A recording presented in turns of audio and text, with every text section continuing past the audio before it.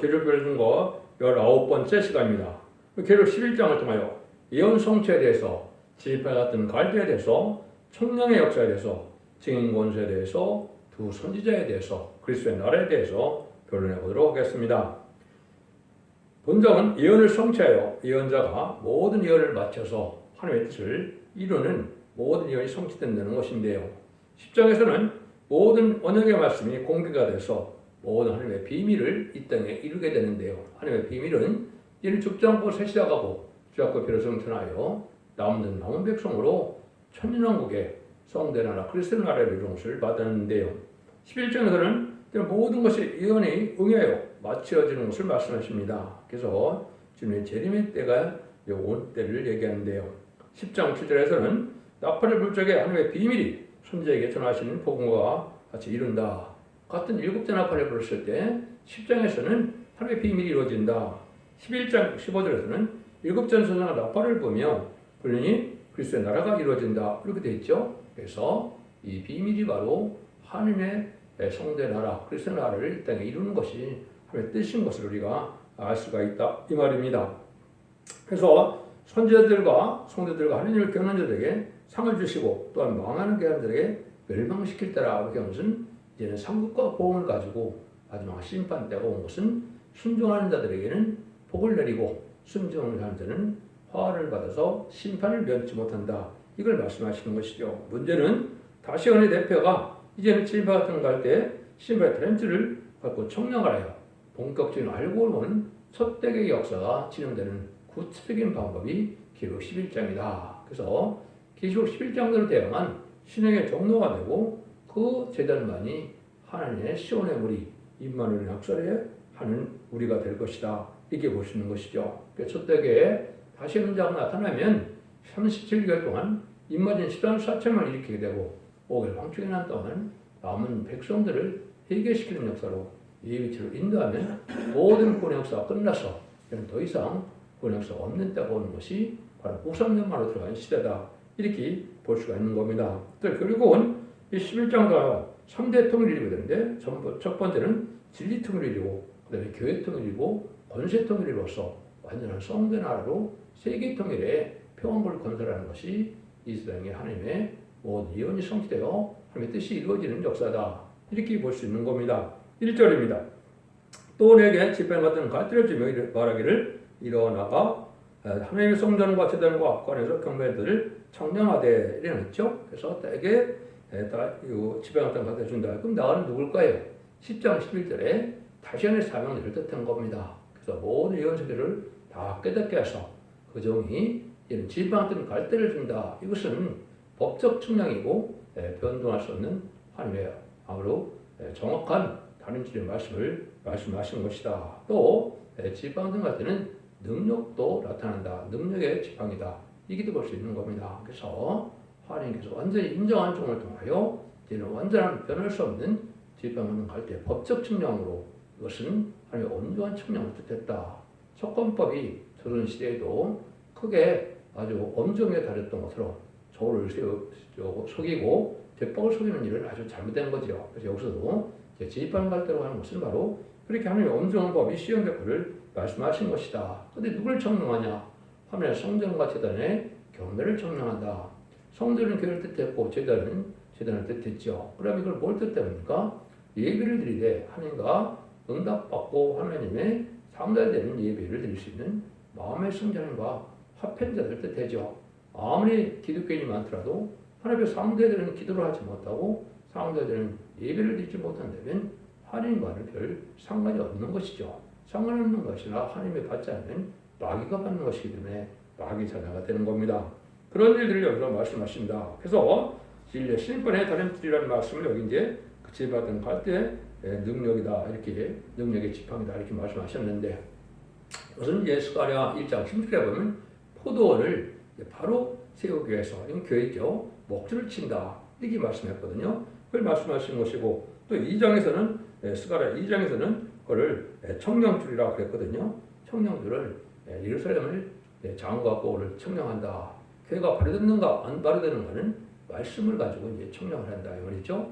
그래서 말씀에 팔에서 말씀에 탈선되지 않고 말씀대로 믿고 다림질의 정확한 이런 교회만이 이제 남은 교회가 될 수 있다는 걸 보여준 것이죠.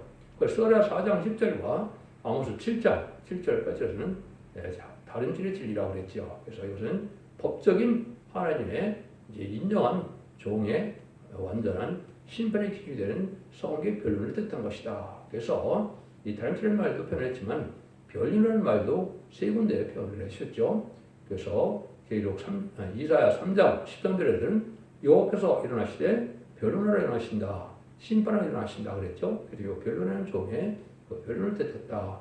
다림질의 진리를 말했다. 또 이사야 1장 18절에서 20절까지는 서로 변론하자. 너희 죄가 죽은 같지라도 눈같이 해줄 것이요 너희 죄가 이제는 죽은 것 같을지라도 지는 것 같을지라도 양들같이 되리라고 했죠. 언제쯤 해결받는데 즐겨 순종하면 아름다운 삶을 온다. 이런 동안에 축복인 천국의 축복을 받는다. 그죠? 배반하면 칼에 삼킨다. 이것은 심판 때 아주 멸망한다. 그래서 아모스 7장 7절 8절에서도 다림질을 펼치고는 다시 용서함이 없다 그랬죠. 그래서 전선년만에 다림질을 진리를 전하는 동안만 구원의 역사가 또 공의와 자비 역사가 있다는 사실을 아셔야 되고 후삼점에 들어가면 전적 공의와 자비가 용서가 없는 시대라는 걸 여러분이 아셔야 됩니다. 왜 재정적인 것이 이제 이것을 6장 1절에 보면 변론과 정론을 한다 그러셨거든요. 변론과 정론 그것은 완전한 하나님의 말씀으로서 최종 변론의 경고를 뜻했다. 이렇게 볼 수 있는 것이죠. 이래서 이제는 합격받는 자와 청량을 받아서 이제 합격받지 못하는 자가 나오는데 합격받는 것은 딱 한 군데밖에 없습니다. 4장 7절에 보면 머릿돌을 내놓을 때 쓸바가 그리 말씀을 사용하는데 은총할 자다. 은혜가 돼서 말씀에 순종하고 나면 이제 알고 오게 되고 이걸 배반하면 이제는 환란에 빠져서 멸망의 길을 가긴다. 이렇게 볼 수 없는 거거든요. 그런데 많은 사람들은 이제 예언하지 말라는 말을 많이 하게 된다. 그래서 듣고 순종하는 적을 것을 예언서 곳곳에 많이 말씀하셨다. 이렇게 볼 수가 있습니다. 그래서 이것은 인간들의 이사야 19장 20절에 보면 한 구원자와 보호자를 보낸다는 것처럼 모세를 통하여 재앙으로 바로를 굴복시키고 이스라엘을 통해 구웠다는 것처럼 그 종이 나오는데 그 종은 바로 누구냐? 학교서 2장 23절에 보면 이제 하나님께서 인을 삼을 종이다 그랬죠. 일의 권세로서 하나님의 정권대에서 하늘 권세, 땅의 권세를 다 조사할 일인 종이 나오는데 그것이 바로 여기에 지팡이 갈대를 가지고 나타나는 종이다. 이렇게 볼 수가 있습니다. 이것을 다 설명드릴 시간이 없으니까 다음번을 또 보고 시작을 하도록 하겠습니다. 그 다음에는 이제 뭐라 그럽니까? 제가 2절까지 읽었나요? 그러면 내가 너희 두 증인에게 권세를 주리니 저희가 붉은 벼슬을 입고 1260을 예나리라. 그래서 이것은 인류 역사상 가장 중요한 기간이다. 이것은 알고를 모으는 기간이다. 느니비 성령이 역사하는 기간이다. 그래서 이것을 1160일 42달만 해당이 되죠. 여기에 이제 쓰일받을 중이 두 증인이 누구냐? 이게 이제 문제인데요. 여러분이 어떻게 생각해야 됩니까? 그래서 그 뒤에 설명을 보면 이제는 마태복음 17장에 예수님이 만왕의 왕으로 변화선을 변화될 때 누가 나타났습니까? 모세와 엘리야가 나타났죠. 이제 두 증인이 나타난 걸 얘기해 보는데 모세는 부활성도의 대표로서 재앙을 따르는 권세를 가지고 있었죠. 그런 권세가 가진 종이 나타난 것이고 엘리야는 무슨 권세를 가졌습니까? 하늘을 따서 비가 오게 하고 비를 그치게 하는 이런 일을 할 수 있는 선지자였죠. 또 죽음을 맛보지 않고 들림받은 종이죠. 이 두 사람의 변화성도의 대표로서 이제는 엘리야가 부활성도의 대표로서 모세가 나타나는데 그 종이 누구냐가 문제죠. 이것은 이제 동성에서 14,000명이 나오는데 동방 땅끝 해동된 나라에서 아까 이제 예정된 종이 나오죠. 동방야고 또 동방 기름받은 고레스 이것이 한국에서 나오면 서방에서 동방과 서방에서만 14,000명이 나오기 때문에 결국은 아마 미국에서 한 종이 나와서 결국은 두 증인으로 이제 역사를 할 것인데요. 이때 쓰임받을 종들을 얘기한 것이다. 그래서 동성의 대표다. 오늘 제가 이제 구체적으로 말씀드려서 설명을 해보도록 하겠습니다. 그런데 이제 두 증인에 대한 예언이 많이 있죠. 근데 그 중에서도 여기는 이제 한 번에 굵은 것을 입는 것은 이제 마지막 회개의 역사를 뜻하고 사랑의 눈물의 종의 역사를 뜻한 것이다. 이길 볼 수 있는데 첫 번째 이제는 마가복음 3장 17절에 보면 야고보가 요한에게 보아내게라는 이름을 주었죠. 이 보아내가 심판의 아들이란 얘기죠. 그래서 우리 아들, 심판의 아들인데 심판의 역사를 종을 뜻한 것이다. 그래서 이제 야고보와 요한이 예편대 야고보는 한 일이 없죠. 그래서 요한이 바로 그 사명자고 요한의 사명의 기대자가 두 증인 권세 받을 종이다. 이렇게 볼 수가 있죠. 두 번째는 모세와 아론이도 쓰임 받은 것이 두 증인의 예표가 될 수도 있고 그것도 비슷하죠. 그다음에는 여호수아 갈렙이 하나님의 쓰임을 받았죠. 그래서 여호수아가 바로 이제는 모세 후계자가 돼서 하나님 할 수 있는 일을 했는데 이것이 바로 두 증인의 예표다. 이렇게 볼 수 있습니다. 그다음에 이제 구약에 예루살렘 성전이 복구될 때 바벨론 포로 이후에 복구될 때가 스룹바벨과 여호수아가 쓰임 받았죠. 스룹바벨은 총독으로서 여호수아는 제사를 쓰임 받았는데 그때 쓰임 받은 대표적인 종류가 총책임자가 스룹바벨인데 그 종의 사백 기대자다. 그 종은 이제 스가랴에서는 순의 종이다. 이렇게 말씀을 드렸거든요.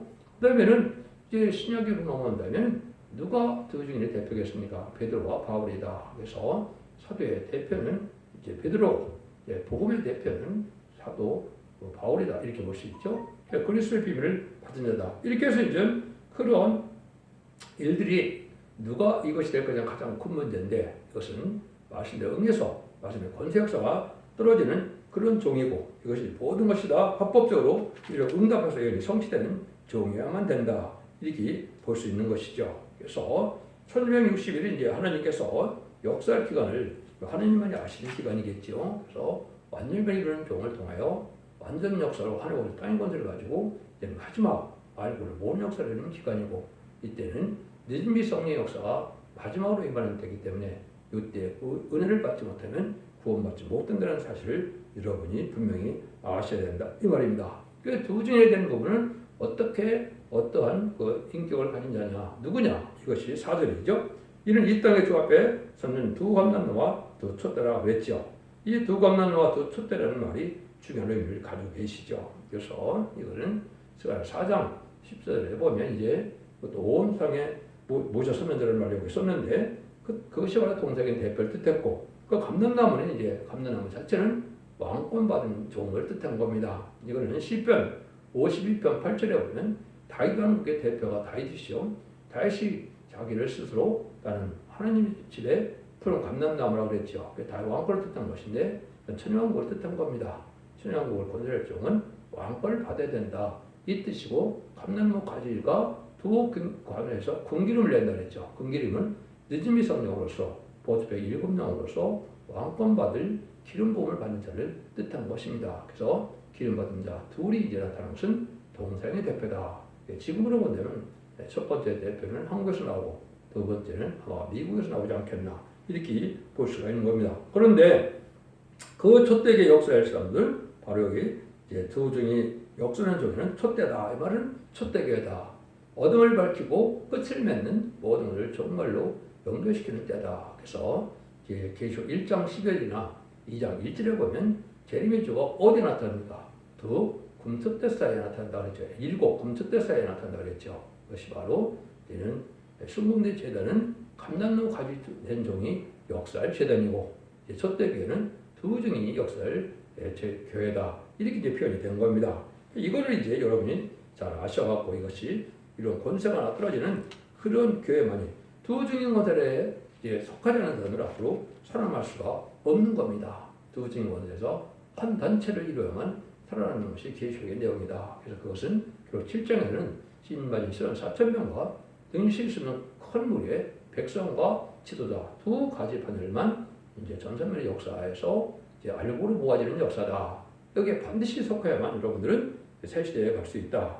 이 종들의 권한을 아까 제가 모세와 엘리야라고 그랬는데요. 그것이 내용이 5절 6절에 나오죠. 만약 누구든지 저희를 해하고자 하는즉 저 입에서 불이 나서 구원들을 소멸할 지니 누구든지 해하려면 반드시 이와 같이 죽임을 당하리라. 진리를 청량할 때는 진리통일을 하게 되고 진리통일에 촛대기와 바벨에게로 나눠지는 겁니다. 근데 여기서는 이제 권세통일이 이루어진다 이 말이거든요. 권세통일은 이제 세상 권세가 다 이 권세를 다 막는 겁니다. 세상 권세가 다 용의 권세까지 막해서 세상에 왕과 대통령과 총리 이런 것도 권세가 다 끝나는 거죠. 그래서 세계 통일의 권세 역사를 뜻한 것이다. 이렇게 볼 수 있죠. 그래서 누구도 당할 수가 없으니까 천사가 여기에 다 해야 한다. 그래서 원수를 소멸한다 그랬죠. 그래서 말씀해볼 심판해볼 소멸해들이 권세 능력으로 나타나기 때문에 어느 누구도 대적할 수 없는 부적의 역사다. 이렇게 볼 수 있는 것이죠. 그래서 여러분들은 이 불이 이제 히브리서 12장 29절에 보면 우리 하나님을 소멸하는 불이십니다. 그랬죠. 보좌 앞에 보면 우편은 예수님이 계시고 좌편에는 7명이 있죠. 그 7명이 바로 하늘의 불인데 그 불을 받는 것을 늦음이 성령을 받아서 입맞은 자마다 입맞은 자다 이렇게 표현을 하는 겁니다.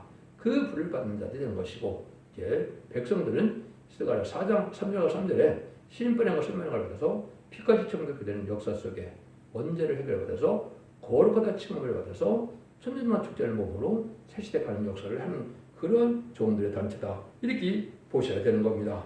그래서 이제는 이것이 모세와 엘리야의 역사라는 것이 이제 6절에 나오는 겁니다.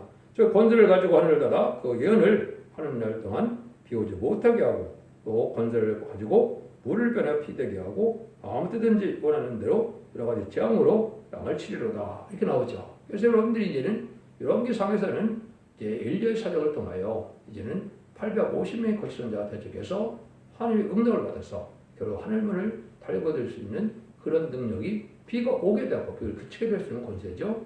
이것이 바로 엘리야의 권세를 받은 종이다. 이것이 편성된 대표적인 종이다.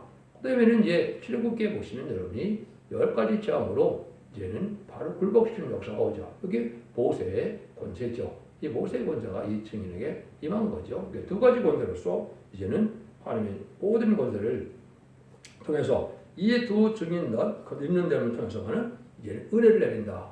하루에 비를 받는다는 것은 이제는 은혜의 비도 되고 세상의 비도 되죠. 은혜가 안 된다는 것은 다른 필 진정의는 앞으로 사무되는 예배와 기도와 호소를 할 수 없는 그런 때가 오는 것이 잠잠년만입니다. 그래서 은혜를 내리는 것은 이제 한 재단을 통해서 역사인데 그것이 두 증인의 역사다. 두 증인 권세에 들어가지 않으면 어느 누구도 선할 수 없다는 사실을 여러분이 아셔야 된다. 이 말입니다. 이것도 설명하려면 내용은 많은데 시간이 부족하니까 그냥 넘어갑니다. 이제 그러고 나면 이제 하나님께서 이 종들 중에서 하시는 일이 뭐냐 이것이 이제 그 다음에 또 나오게 되죠. 7절 8절입니다. 저희가 증거를 마칠 때 부정부터 올라오는 짐승이 저를 더불어 전쟁을 일으켜 저를 이기고 저희를 죽일 터인즉 저희 시작 큰 성결이 있으니 이 성은 영적으로 하면 소돔이라고도 하고 애국이라도 하니 곧 저희 그래서 십자가에 못 박히신 곳이라. 세상에서 주님을 시간에 못 박히는 일이 돼서 재앙을 받고 저주를 받고 심판을 받아야 되겠죠. 그 땅을 여기서 뭐라 그래요? 애국이라 소돔이다 이렇게 얘기한 겁니다.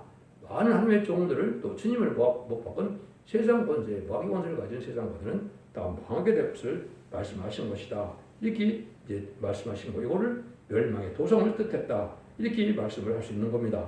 문제는 이제 여기에 저희를 죽일 터인 그런 얘기를 했죠. 이거 죽이는 것이 이제 결국은 완전히 죽는 것이 아니고 이것은 권세의 영역을 걷어가서 죽은 자 같이 돼서 사람들이 어떻게 할 수 없게 만드는 것이고 이것이 그 다음에 설명이 나오죠. 그것이 두 선지자의 역사인데요. 두 선지자에 대한 부분을 또 말씀드리겠습니다. 11장 9절입니다. 백성들과 부족과 방황과 나라 중에서 사람들이 그 시대를 사흘 반 동안 목도하여 무덤에 장수지 못해가리라고 그랬죠.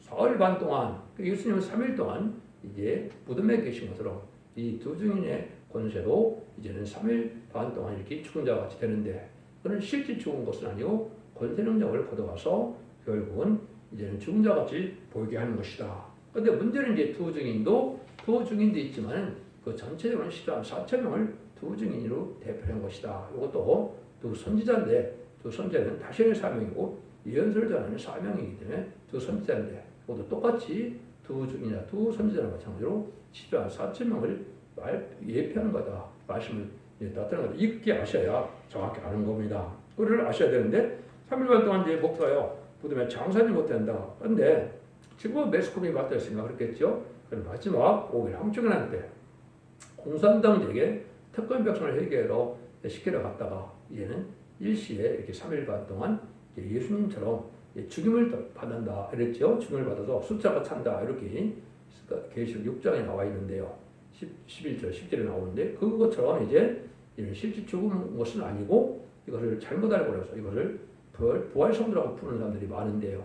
실제 변화성도지 부활성도가 아닙니다. 그래서 잠시 동안 이게 죽은 자와 같이 된다. 이때는 이 세상은 아주 즐거워한다는 거죠. 10절이요. 이 들은 자가 땅에 거하는 자들을 괴롭게 하는 공으로 땅에 거하는 자들이 저의 죽음을 즐거워하고 기뻐하여 서로 예물을 보내리라 하더라. 왜냐하면 인간의 권세를 당할 수 없는 그런 권세를 3년 반 동안 했다가 죽으니까 얼마나 좋겠습니까? 그래서 예물까지 주고받는다. 실제 근데 이것은 죽은 것이 아니죠. 그래서 이 부분에 대한 부분을 이제 좀 설명을 드린다면 두 선지자가에 대한 부분은 이제 어떻게 설명할 수가 있느냐? 예레미야 1장 5절과 10절에 보면 예레미야를 뭐라고 합니까? 너는 복중에 짓기 전에 너를 구분해서 열방의 선지자로 세웠다 그랬죠. 1장 10절에서는 너를 열방 만국에 세우고 너로 뽑으며 파괴하며 파멸하며 넘어뜨리며 건설하며 심게 하느니라 이렇게 말씀하셨죠. 근데 예레미야는 세계적인 역사를 한 적이 없거든요. 역시 다시 현재 사명을 뜻한 것이고 이 사명자를 통해서 하는 것은 세상 권세를 다 이기는 것으로서 세상을 전체 마지막 그리는 경고로 자신의 사명을 맡긴 종인데 그 하늘 일이 바로 뭡니까? 뽑으며 싫어하는 사람을 뽑는 겁니다. 그 다음에는 파괴하며 파멸하고 넘어뜨린다. 세상 권세가 다 끝나는 겁니다. 그래서 세상을 다 망하게 되고 그 다음에 뭐라 그럽니까? 건설한다. 왕국 건설을 하게 되는 것이죠. 그런데 또 심는다. 심는 건 뭡니까? 남은 백성으로 천국의 씨를 삼아서 의로운 씨로 이 사람을 충만하게 하는 것이 하나님의 뜻이기 때문에 창세기 1장 28절에서 축복하는 그것이 이루어지는 것이죠. 생명가에 번성하여 땅에 충만하라. 이 말씀하는 것이 바로 이 두 선지자의 사명이다. 그래서 선지서의 예언을 가지고 역사라는 종이들의 신분은 두 선지자다. 이렇게 얘기하는 겁니다. 이걸 여러분이 제가 말씀드린 것은 정확한 해석이고 이거를 해서 잘못 알아가는 사람들이 많은데 그건 다 탈선된 겁니다. 여러분들은 이 말씀을 잘 듣고 분별하시기 바랍니다. 그래서 이 11절의 이제는 어떻게 됩니까? 3일 반 후에 하나님께로서 생기가 저희 속에 들어가며 저희가 발로 일어나서 그런 자들이 크게 들어가라. 그러니까 아직 죽은 자가 아닌데 이제 완전히 변형 상태를 몸이 되는 때가 바로 여기에 시체같이 된 10만 4천 명에게 생기가 들어간다. 이 말이죠. 그래서 생명이 되는 것이다. 이렇게 볼 수 있는 거죠.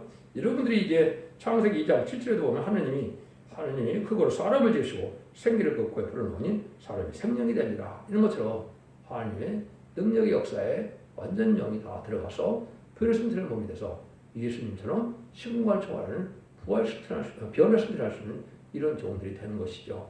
이것이 바로 이 순간이 완전한 인간이 되는 순간이다. 이렇게 볼 수 있는 겁니다.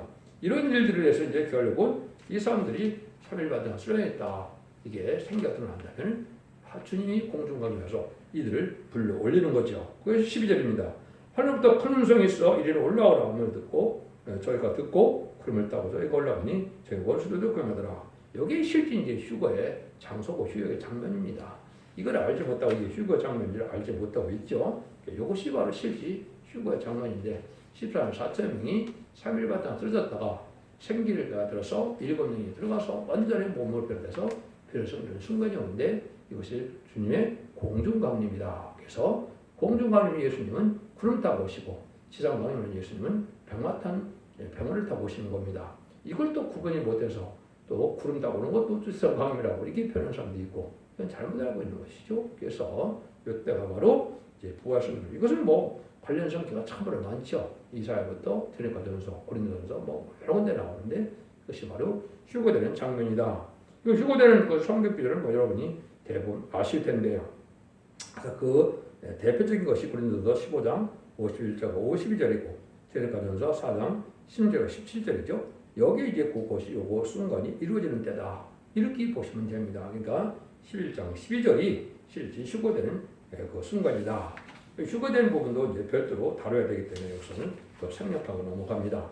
13절입니다. 그 시에 큰 지진이 나서 성은 10분의 1이 무너지고 지진 죽은 사람이 7천이라. 그 남은 자들이 들어와요 영을 하나님께 돌리더라. 그 시에 오늘 휴거되는 순간을 얘기하죠. 그래서 이리로 올라갈 때 그 시에 성 10분의 1이 벌어진다. 큰 지진한다. 이것은 큰 변사인데 그거는 구체적으로 계시록 9장 10절 15절에 3차 세계를 뜻한 겁니다.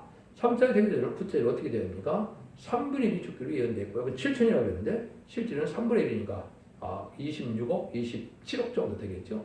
이렇게 죽는 것이 3세 대관이다. 이렇게 볼 수 있는 거거든요. 그래서 이것이 바로 3세대는 모든 예언이 다 성취되고 난 다음에 이제는 휴거되는 순간에 3세대가 일어나는 것이 기록 9장 10절 15절이고 바락줄을 잡은 내천사가 전쟁을 일으키게 된 것이 3세 대관이다. 이렇게 보시면 됩니다. 그래서 이런 역사가 이제 진행된 것은 인간의 마지막 때의 우리가 알 수 있는 것이죠. 그리고 나니까 이제 뭐라고 해요? 14절 18절입니다. 둘째 화는 지나갔으나 보라 셋째 화가 속히 이르도다. 일곱째 천사가 나팔을 불매 하늘에 큰 음성들이 나서 가로되 세상의 나라가 우리 주와 그리스도의 나라가 되어 그가 세세토록 왕노릇 하시려다. 아니 하나님 앞에 자기를 보좌 앞에 앉은 이스라엘들이 엎드려 얼굴을 대고 하나님께 경배할 가로되 감사합나니 그랬죠. 요거는 이제 둘째 화는 지나갔다. 첫 두 활. 그래서 5월 황축이 나니 첫째 화고 3세 되는 것도 후산전망까지 심승의 피를 받는 것이 셋째 화고 얘는 아마겟돈 대접자기 아마겟돈이 셋째 화인데 여기서 둘째 화가 되고 셋째 화 때는 심판 때가 왔다 이 말이죠. 심판이 끝나고 나니까 뭐가 돼요? 그리스도의 나라가 된다. 그래서 다니엘서 2장과 7장과 여기서는 성대 나라라고 했죠. 하나님의 영원한 나라. 이것이 있고 여기서는 그리스도의 나라. 이것이 계획에서는 천년왕국으로 되어 있죠. 이것이 이루어지는 것이 하나님의 예언 성취를 통해서 모든 것이 다 이루어지는 때다 이 말입니다. 그래서 이럴 때는 이제 결국 무슨 때냐? 오늘 상급을 받을 것이냐, 심판을 받을 것이냐, 구원을 받을 것이냐, 전면을 당할 것이냐 이것이 결정되는 데다. 이것은 마지막 하늘의 역사가 끝을 맺는 역사로서 이제는 모든 아마겟돈에서 끝이 나서 세상을 재창조하여 이들을 회복시키는 역사가 남아있는 때다. 이렇게 볼 수 있는 겁니다. 이런 일들이 이제 마지막으로 나타나는 것이 이제 19절에 뭐로 보여집니까? 이 하늘에 있는 하나님의 성전이 열리니 성전에 하나님의 언약궤가 보이며 또 번개와 음성들과 예성과 지진과 큰 음악이 있더라. 그래서 성전 안에 하나님의 언약궤가 보인다. 그래서 하나님의 말씀의 비밀이 다 밝혀진다. 이 말이죠. 첫 대계는 해를 입은 여자이기 때문에 더 이상 밝은 것이 없을 정도로 또 희미하거나 석연처럼 없는 것처럼 모든 영수를 완전히 밝히는 종이 나와서 이 역사하는 것을 완전히 보인다. 하나님의 비밀이 다 있더니 드러난다. 이 말입니다. 그 종만이 하나님의 비밀을 아는 거기 때문에 이 두 증인 권세에 들어간 종만 참종입니다. 그렇기 때문에 지금까지 나온 것은 다 이단과 탈선된 거짓 선지자들아 이렇게 보시는 것이 정확하게 보시는 겁니다. 증인권 두 증인 권세 역사를 종만 빼놓고는 다 거짓 선지자가 되는 겁니다. 여러분 이걸 잘 분별하셔야 될 때가 온 거고요. 그러고 나서는 결국은 뭡니까? 번개와 음성과 대성과 지진과 큰 우박이다. 심판이다 이 말입니다. 그래서 완전 심판이다. 아마겟돈 인재에서 최후의 전쟁으로 군함으로 해결치 않은 악인까지는 전멸당하는 것이 하나님의 뜻이 완전히 성취되는 일이다. 그래서 재창조의 기간을 통해서 이제는 6장 4절에 그리스도와 더불어 천년 동안 왕터는 천년왕국의 평화 안식시대가 이 땅에 이루어지는 것이 선지 창조하는 하나님의 목적이 달성되는 것이고 모든 구원이 완성되는 것이다. 그래서 의로운 시로 천년 동안 이제는 죽지 않고 이제는 의로운 시로 세상을 충만케 하는 역사가 천년왕국이다. 이렇게 보셔야 됩니다. 물론 천년왕국에는 이제는 백번의 심판에 무궁세계로 다 들어가서 이제는 생명의 벌과 심판의 벌로 이제는 무궁세계에서 하늘과 동록으로 가는 것이 계시록 21장 1절 3절의 내용이죠. 그것이 이제 최종 사내가 사땅이고 천년왕국은 이제는 사내가 새 땅은 지상 천년왕국을 뜻한 것이다. 사내가 새 땅이 성경에 4번이 등장하는데요. 그 3번 이사 65장과 또 베드로 후서 또 그 다음에 이사 61장은 천년지상왕국을 얘기한 것이고 계시록 21장은 무궁세계를 얘기한 것인데 이단들이 이거를 구분하지 못합니다. 그래서 이단들은 무궁세계 세상을 새 땅을 알지 못하니까 이 땅에서 천년왕국을 끝을 맺는 걸로 하고 있는 건데 이것도 또 탈선된 것이고 그것은 이단이고 그것은 마귀의 벽에 속는 겁니다. 여러분들은 이 분지를 잘 분별해서 기독의 2000년 역사가 이제는 예수님의 중자가 받아서 요한복음만의 역사가 끝나는 것이 아니고 이렇게 적정하고 세세가고 저희가 배웠잖아요. 이제는 천년왕국 축을 누리는 것이 구원의 완성이다. 잘 분별점으로 여러분들 이 시대에 천년의 방주, 은혜의 방주, 구원의 방주, 특대기에 걸리는 말씀을 듣고 자손 만대 축을 누리는 복된 종들과 성들인들 다 되시기를 예수님으로 간절히 축원드립니다. 아멘.